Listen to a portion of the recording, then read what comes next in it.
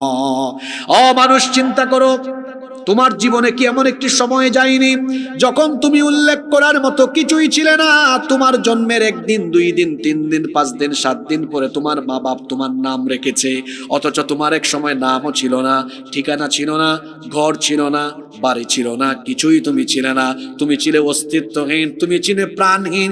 কিভাবে আমি আল্লাহ তোমাকে বানালাম? বান্দা শোনো, আজ তুমি আমার সাথে নাফরমানি করো, অথচ আমি তোমাকে কেমনে বানালাম শোনো, তুমি তো কিছুই ছিলে না।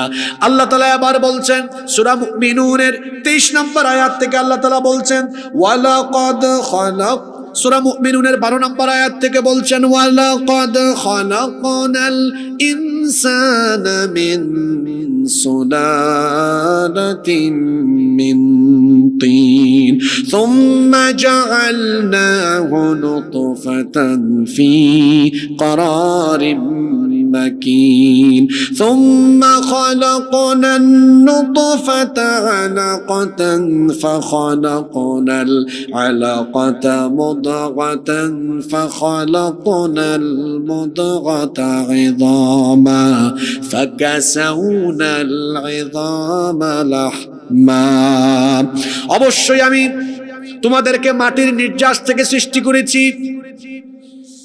পুরুষের স্পাম আর মহিলাদের অভাব, এই দুটোকে একত্রিত করে 1 ফোঁটা নাপাক পানিকে তোমার মায়ের জরায়ুর ভেতরে সুরক্ষিত জায়গায় আমি রেখেছি।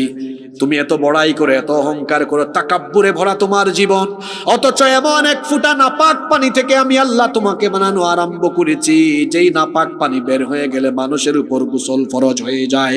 আল্লাহ বলছেন তুমি কতটা দুর্বল শোনো, খুলিকাল ইনসানু দাইফা, মানুষকে বড় দুর্বল করে বানানো হয়েছে।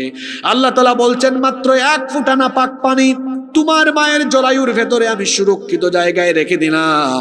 তোমাকে আমি দেখো 7 মাস 8 মাস 9 মাস 10 মাস তোমার মায়ের পেটের ভেতরে কিভাবে আমি আল্লাহ তোমাকে বানালাম।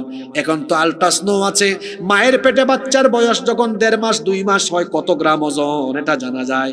200 গ্রাম, 250 গ্রাম, 300 গ্রাম। আবি একটা মিসকিনরা বুঝবে না, বিবাহিতরা এটা ভালো জানে। বউকে নিয়ে যখন চেকআপে যায় দেখা যায় তখন ডাক্তার বলে আপনার বাচ্চার হার্টবিট এত, ওজন এখন 300 গ্রাম 400 গ্রাম। এখন যে আপনার 60 কেজি 70 কেজি 60 কেজি 70 কেজি ছিলেন না, আল্লাহ বলছেন বান্দা তুই আমার সাথে কেমনে নাফরমানি করিস বল? তুই তো মাত্র 1 ফোঁটা স্পাম ছিলে, 1 ফোঁটা শুক্রাণু ছিলে, কেমনে তোরে বানালাম শোন। ওই 1 ফোঁটা শুক্রাণুকে তোর মায়ের জরায়ুর ভেতরে আমি সুরক্ষিত জায়গায় রাখলাম। এরপরে সেটাকে আমি আল্লাহ জমাট বাঁধা রক্তে পরিণত করলাম। এরপরে সেই জমাট বাঁধা রক্তকে আমি গোশতের পিণ্ড বানালাম।